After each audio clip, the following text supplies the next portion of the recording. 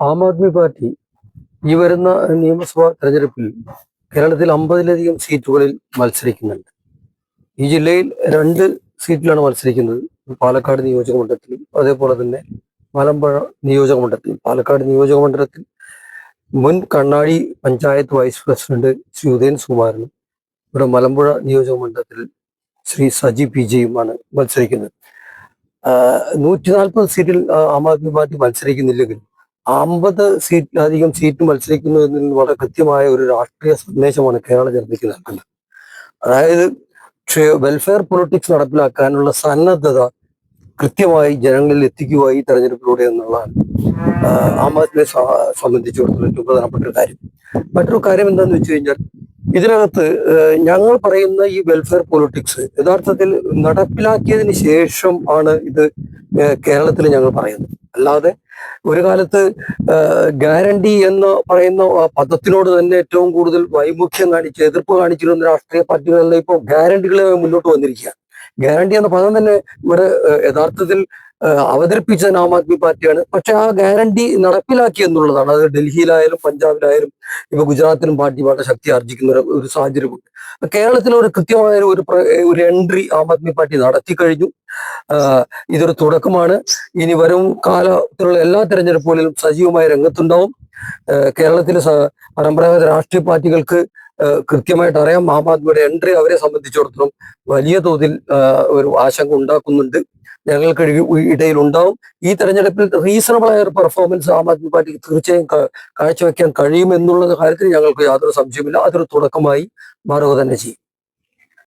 മലമ്പുഴ നിയോജക മണ്ഡലത്തിൽ നിന്ന് മത്സരിക്കുന്ന ആം ആദ്മി പാർട്ടി സ്ഥാനാർത്ഥി ശ്രീ സജി പി ജെ ജയിച്ചു വന്നാൽ ഈ മണ്ഡലത്തിൽ ഏതെല്ലാം വികസന പ്രവർത്തനങ്ങൾ നടത്തും, ഇവിടുത്തെ ഏതെല്ലാം വിഷയങ്ങൾ സജീവമായി ഏറ്റെടുക്കും, അത് സംബന്ധിച്ച് വളരെ കൃത്യമായി സജി തന്നെ സംസാരിക്കുന്നു. നമസ്കാരം. ആദ്യമായിട്ടാണ് ഒരു മീഡിയയുടെ മുന്നിൽ ഞാൻ വന്നിരിക്കുന്നത്.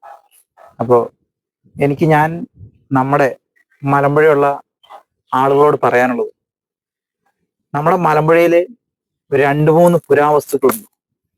അതിലൊന്നാണ് ഇപ്പോൾ എൻ്റെ പുറകിലിരിക്കുന്ന ഏറ്റവും പുതിയതായിട്ടുള്ള നമ്മുടെ പാലം.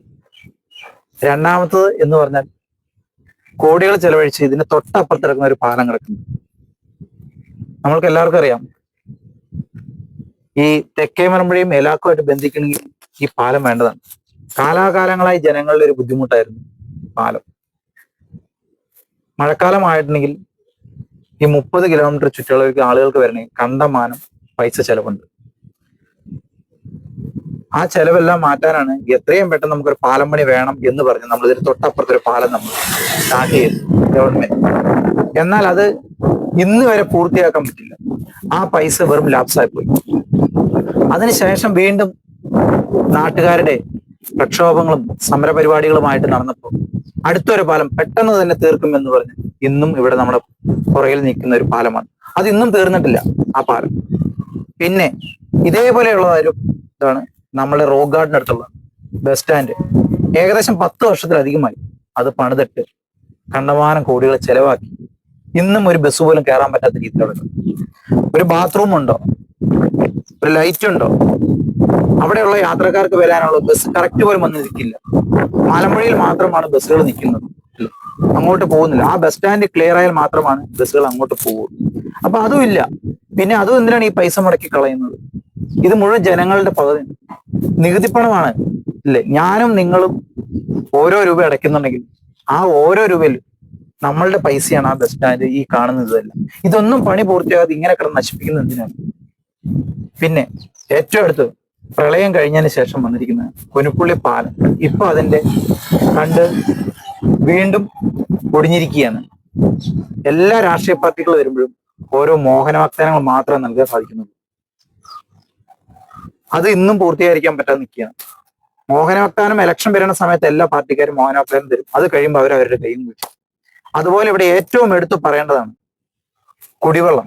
മലമ്പുഴ ഡാമിൽ നിന്നാണ് മറ്റുള്ള സ്ഥലങ്ങളിലേക്ക് കുടിവെള്ളം പോകുന്നത്.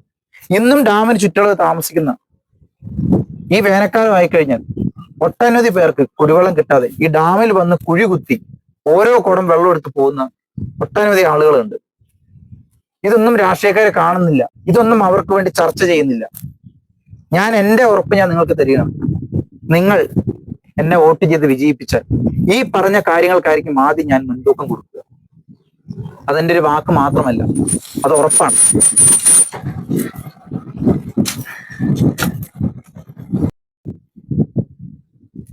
അതോടൊപ്പം തന്നെ വന്യജീവി ആക്രമണം, നമ്മുടെ കൃഷിസ്ഥലങ്ങള്, അങ്ങനെ ഒട്ടനവധി പ്രശ്നങ്ങളുണ്ട് വന്യജീവിയായിട്ട്. അതിലൊക്കെ ഗവൺമെന്റിന് ഇടപെടാം. കൃഷിനാശം, അതുപോലെ നമുക്കറിയാം മാരക്കൊട്ട് കുളമ്പിലൊക്കെ ആന ചവിട്ടിക്കൊന്ന ആൾക്കാർ. ഇപ്പൊ ഇന്നും ഫോറസ്റ്റ് ബൗണ്ടറിക്ക് ചുറ്റും ഫെൻസിങ് ക്ലിയർ അല്ല. അത് ആരും അങ്ങോട്ട് പോയി നോക്കുന്നില്ല. അത് നോക്കാതെ നമുക്കൊരു നിവൃത്തി ഉണ്ടാകില്ല. അത് നിന്നാൽ മാത്രമേ നോക്കി എന്തൊക്കെയാണ് അതിന്റെ പോരായ്മകൾ എന്ന് നോക്കിയാൽ മാത്രമേ നടത്താൻ പറ്റൂ. അപ്പൊ അത് ഇതുവരെ നടത്തില്ല. അതും ഇതുപോലെ നിങ്ങൾ എന്നെ വോട്ട് ചെയ്ത് വിജയിപ്പിക്കുകയാണെങ്കിൽ അതിനും ഞാൻ നോക്കി എന്താ വേണ്ട കാര്യങ്ങളെന്ന് ഗവൺമെന്റിലേക്ക് ഞാൻ അറിയിക്കുന്നു. അതിൽ വേണ്ട കാര്യങ്ങൾ ചെയ്തു കൊടുക്കണം. അതുപോലെ ഇപ്പൊ ഞാൻ എടുത്തു പറഞ്ഞിരിക്കുന്നത് ഏകദേശം മലമ്പുഴ പഞ്ചായത്തിന്റെ കാര്യങ്ങൾ മാത്രമേ പറഞ്ഞിരിക്കും. ഇപ്പൊ ഞാൻ പറഞ്ഞ കാര്യങ്ങൾ ബാക്കി 7 പഞ്ചായത്തും കൂടെ കിടക്കുക. 8 പഞ്ചായത്ത് ചേരുന്നതാണ് മലമ്പുഴ മണ്ഡലം. അപ്പൊ ബാക്കിയുള്ള 7 പഞ്ചായത്തിലുള്ള പ്രശ്നങ്ങൾ എന്തു തന്നെയാണെങ്കിലും അത് എന്നാൽ കഴിയുന്ന കാര്യങ്ങൾ ഞാനത് ചെയ്തു തരും. ഈ വാക്ക് മാത്രം എനിക്ക് പോരാ, കാരണം അത് നടത്തി തരാനുള്ള ഊർജം വേണ്ടത് നിങ്ങൾ ഓരോരുത്തരുടെ കൈകളിലാണ്.